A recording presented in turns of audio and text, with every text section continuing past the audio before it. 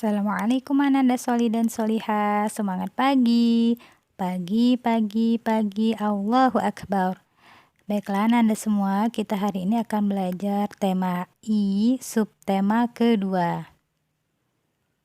Sebelumnya marilah kita buka pembelajaran kita dengan melafalkan basmalah. Bismillahirrahmanirrahim. Dilanjutkan doa belajar. Rabbi zidni ilma warzuqni fahma. Allahumma faqihni fid din wa'allimni at-ta'wil. Adapun tujuan pembelajaran pada kali ini yaitu muatan IPA. Yang pertama, Ananda mampu membandingkan zat tunggal dan campuran. Yang kedua, Ananda mampu membedakan campuran homogen dan heterogen. Dan yang ketiga, Ananda mampu mengidentifikasi komponen penyusun campuran. Untuk muatan IPS, yang pertama Ananda mampu menjelaskan jenis usaha dalam kegiatan ekonomi masyarakat Indonesia. Yang kedua, Ananda mampu menjelaskan jenis-jenis usaha ekonomi yang dikelola perseorangan dan kelompok. Dan untuk muatan PKN, Ananda mampu mengidentifikasi contoh-contoh hidup rukun dalam berbagai aspek kehidupan. Oke, check it out. Baiklah Anda semua, yang pertama kita akan belajar IPA, yaitu tentang membandingkan zat, tunggal, dan campuran. Silakan Ananda semua buka bukunya pada halaman 44.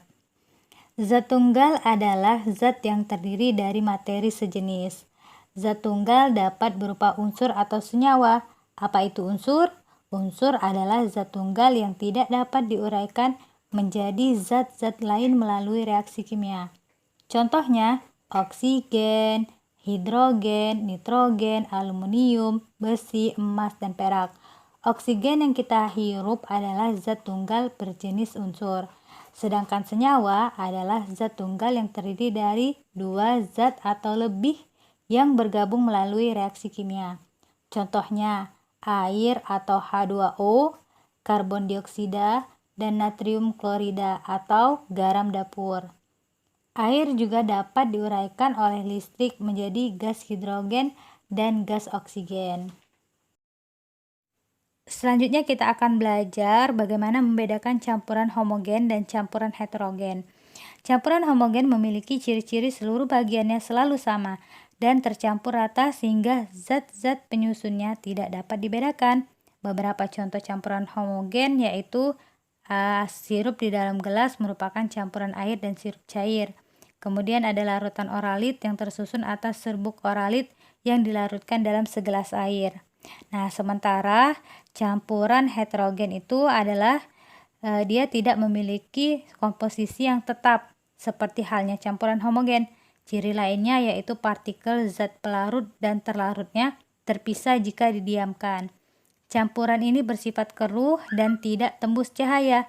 Beberapa contoh campuran heterogen yaitu yang pertama ada air tanah, air dan minyak, kemudian ada adonan beton, dan lain sebagainya.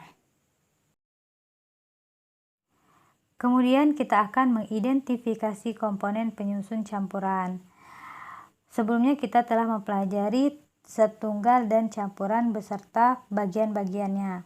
Komponen campuran tersebut dapat berupa zat padat, zat cair, dan gas. Contoh dari zat padat dengan zat padat misalnya gula pasir dengan kopi. Kemudian zat padat dengan zat cair misalnya gula pasir dengan air. Lalu ada zat padat dengan gas misalnya debu di udara. Zat cair dengan zat cair misalnya alkohol dengan air. Zat cair dengan gas misalnya air di udara saat hujan. Selanjutnya kita akan belajar IPS yaitu tentang menjelaskan jenis usaha dalam kegiatan ekonomi masyarakat Indonesia. Dalam kegiatan ekonomi terdapat berbagai jenis usaha yang dilakukan. Contohnya yang pertama ada pertanian, perkebunan, perdagangan, pertambangan, perhutanan, perikanan, perindustrian, peternakan, dan jasa. Untuk selengkapnya bisa Ananda buka buku pada halaman 58. Selanjutnya kita akan belajar tentang jenis-jenis usaha ekonomi yang dikelola perseorangan dan kelompok. Simak video berikut ya.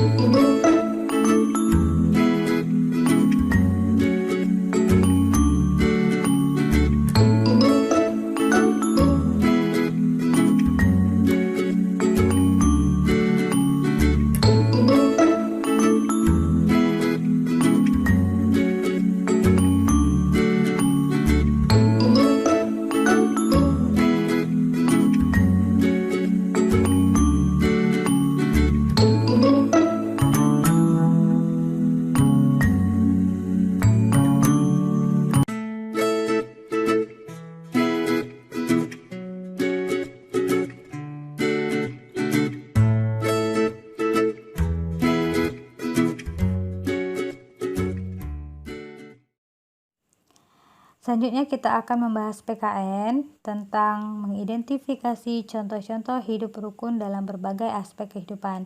Bisa Ananda buka bukunya pada halaman 62. Baca teks yang ada di sana, kemudian simak kembali video ini ya jika sudah selesai membaca.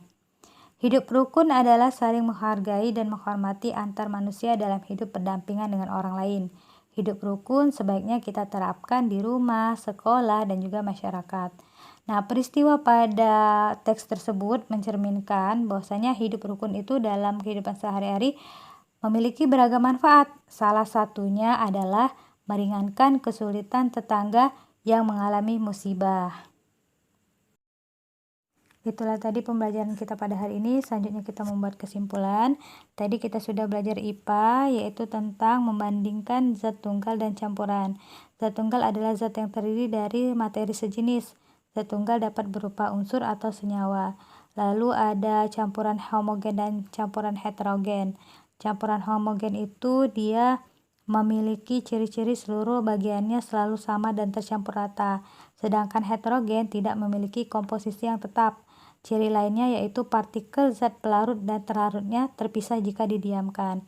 Kemudian yang ketiga ada mengidentifikasi komponen penyusun campuran. Nah, ini ada 3 ya nak ya, yaitu zat padat, gas, dan cair. Lalu ada IPS, yaitu tentang jenis usaha dalam kegiatan ekonomi masyarakat Indonesia.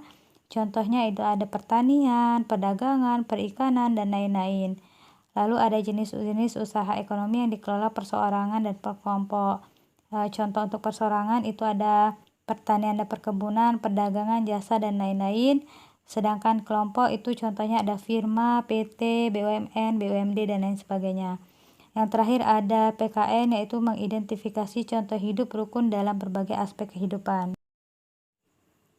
Adapun ukhrawi yang bisa kita petik pada pembelajaran PKN yang terdapat pada Quran Surat Al-Hujurat ayat ke-10 yang artinya, sesungguhnya orang-orang mukmin itu bersaudara.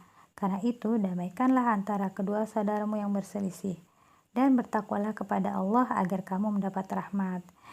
Pada Quran Surat Al-Hujurat ini kita diminta untuk rukun, hidup rukun ya nak ya. Kemudian bertakwa kepada Allah Subhanahu wa Ta'ala agar kita mendapat rahmat. Sampai di sini dulu pembelajaran kita pada hari ini. Sampai bertemu lagi pada video berikutnya, yaitu video pembelajaran tema I subtema 3. Marilah kita tutup dengan melafalkan hamdalah, alhamdulillahirabbil alamin. Doa kifaratul majlis, subhanakallahumma wa bihamdika asyhadu an la ilaha illa anta astaghfiruka wa atubu ilaik. Assalamualaikum warahmatullahi wabarakatuh.